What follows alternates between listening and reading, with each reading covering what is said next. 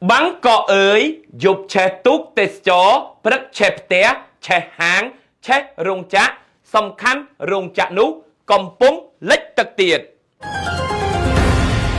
Kế thá ngày chắn đàm trộm, tái ngày chắn nơi thái che trộm. Ní dụ cơ thán bởi luật ạ kỳ phây tì krong bằng có, bànប្រកាសពីករណីអគ្គិភ័យផ្ទួនយ៉ាងហោច3ករណីនៅថ្ងៃច័ន្ទនេះនៅក្នុងទីក្រុងបាងកកដែលមានទាំងការឆេះផ្ទះឆេះរោងចក្រកាកសំណល់គីមីនិងឆេះហាងទំនិញដោយបណ្ដាលឲ្យមានមនុស្សស្លាប់ថែមទៀតផងទោះបីជាការព្យុះភ្លៀងបន្តកន្ទុយគ្នាឥតដាច់បង្កជាទឹកជំនន់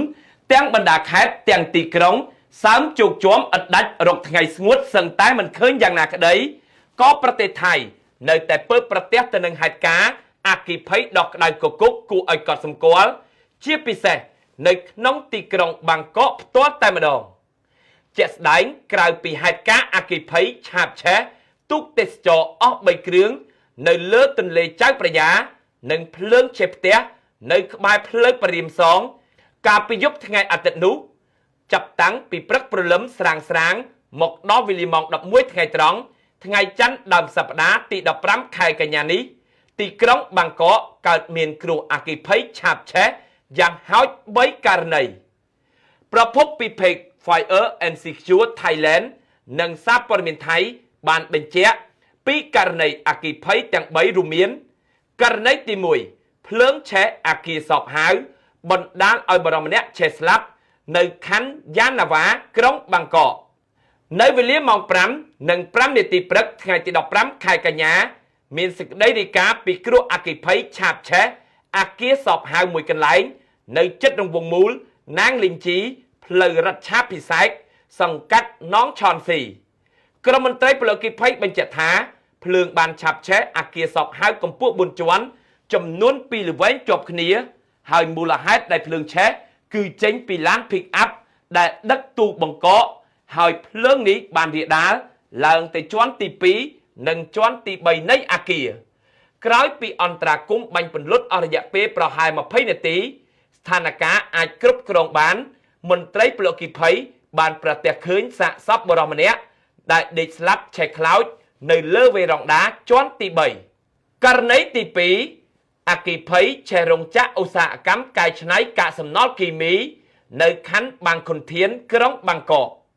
អគ្គិភ័យដ៏រន្ធត់នេះត្រូវបានរាយការណ៍កើតឡើងនៅវេលាម៉ោង6:19នាទីព្រឹកថ្ងៃទី15ខែកញ្ញានៅសង្កាត់សែមកំខណ្ឌបាងខុនធានដែលគេអាចមើលឃើញផ្សែងខ្មៅហុយត្រឡោមពាសពេញមេឃជាមួយនឹងអណ្ដាតភ្លើងយ៉ាងសន្ធោសន្ធៅទាំងអាជ្ញាធរទាំងមន្ត្រីពលអគ្គិភ័យនិងក្រុមសង្គ្រោះជាច្រើនអ្នកបានរត់រះបញ្ជូនទៅកាន់កន្លែងកាត់ហេតុដោយប្រញាប់ប្រញាល់ដើម្បីគ្រប់គ្រងស្ថានភាពនិងមានកិច្ចសម្របសម្រួលសហការជាមួយមន្ត្រីជំនាញមកពីទីភ្នាក់ងារបរិស្ថានអ្វីដែលជាបញ្ហាប្រឈមដ៏ធំនឹងគ្រោះថ្នាក់នោះចំណុចដែលភ្លើងឆាបឆេះត្រូវបានបុគ្គលិករោងចក្រអះអាងថាជាបន្ទប់កម្ចាត់សារធាតុគីមី